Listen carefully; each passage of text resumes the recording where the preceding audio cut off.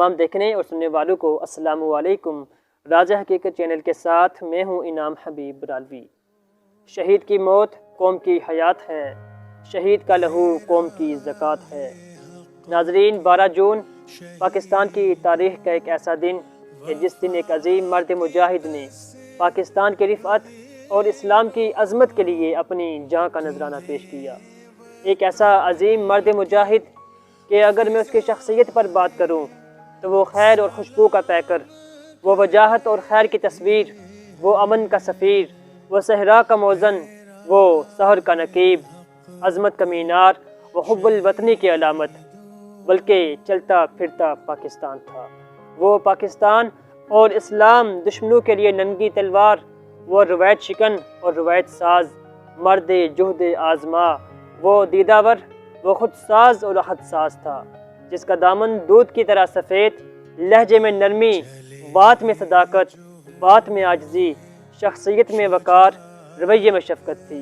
वो एक ऐसा अजीम मर्द मुजाहिद था कि जिसकी आँख में खौफ़े खुदा की नमी, दिल में इश्क़ नबी पाक सल्लल्लाहु अलैहि वसल्लम की सरशारी, जिसके इरादों में पहाड़ों जैसी मजबूती, अज़ाइम में पुख्तगी, अंदाज़ तकल्लुम और गुफ्तार ऐसी थी कि दिलों की दुनियाएं फ़तह करने वाला था। वो एक ऐसा अजीम मर्द मुजाहिद था जो पाकिस्तान के एक बहुत बड़े दीनी मदरसे का मुहतमिम, अहले सुन्नत वल जमात का एक बड़ा रहनुमा, इस्लामी स्कॉलर और अपने वक़्त के एक बड़े आलम दी का जानशी था। अगर उसके शोहरत की बात की जाए तो उसके चाहने वालों की तादाद सैकड़ों हज़ारों नहीं बल्कि लाखों में थी। वो एक ऐसा अजीम मर्द मुजाहिद था जिसकी दीद को दुनिया तरसा करती थी, जिसको सुनने के लिए लोग मीलों दूर सफ़र करके आया करते थे और उसकी एक कॉल पर हज़ारों लोग बाहर निकल आया करते थे।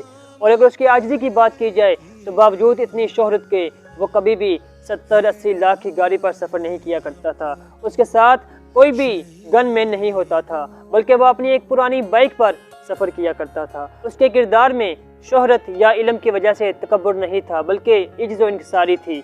और अपनी सारी ज़िंदगी दिफाए पाकिस्तान, इस्तेहकाम पाकिस्तान और तहफ़्फ़ुज़ नामूस रिसालत के लिए वक़्फ़ कर दी थी।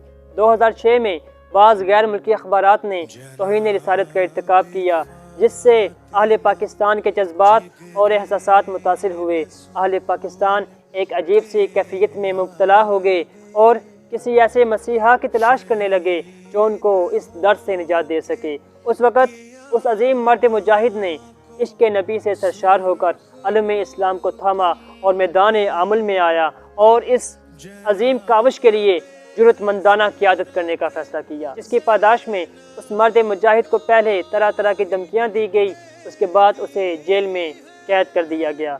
और बात सिर्फ यहाँ तक न रुकी, बल्कि ख़ानदान के तमाम करीबी अफराद को भी पाबंद सलासिल कर दिया गया और घर की चादर और चारदीवारी के तकद्दुस को पामाल किया गया।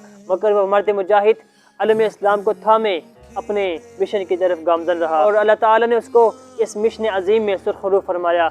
और जब बात आई दिफाए वतन की, तो जब वतन अजीज़ पर हर तरफ खौफ और हिरास के बादल मंडला रहे थे, वतन अजीज़ का हर शहरी एक अजीब सी कैफियत में मुब्तला था। हर जगह जुल्म सितम की दास्तान रकम की जा रही थी। तो उस वक़्त वो मर्द मुजाहिद वो वाहिद शेर था जिसने पाकिस्तान और इस्लाम दुश्मनों के ख़िलाफ़ जहाद का फतवा दिया। और इसी जहाद के फतवा देने की पादाश में उस मर्द मुजाहिद को 12 जून 2009 को अपने ही अदारे के अंदर धमाका करके शहीद कर दिया गया। और दुनिया उस अजीम मर्द मुजाहिद को डॉक्टर सरफराज हुसैन नईमी शहीद अलैहिर्रहमा के नाम से जानती है।